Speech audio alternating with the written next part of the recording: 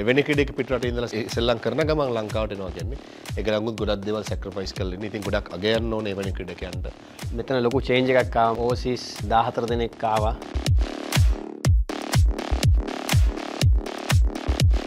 Coach changes ගෙනාවා. පැපුවා match එකේ අපි ගොඩක් ඉස්සරහින් ප්‍රෙස් කරන්න බැලුවා.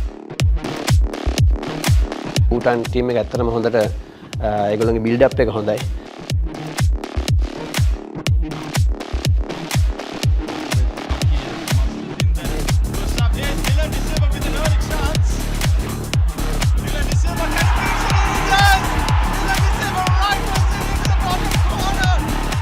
ඩක්සන් ඊළඟ මැච් එකක් ගැන හිතන්නේ මම දන්නේ කොහොමද ඒක වචන වලට ගේන්නේ කියලා. සංගක්කාර ගැන තමයි මම ආසම චරිතයක්. කොච්චර හම්බල්ද ඒ දේවල් තමයි අතරම කණ්ඩායමකට ගෙනියනවා.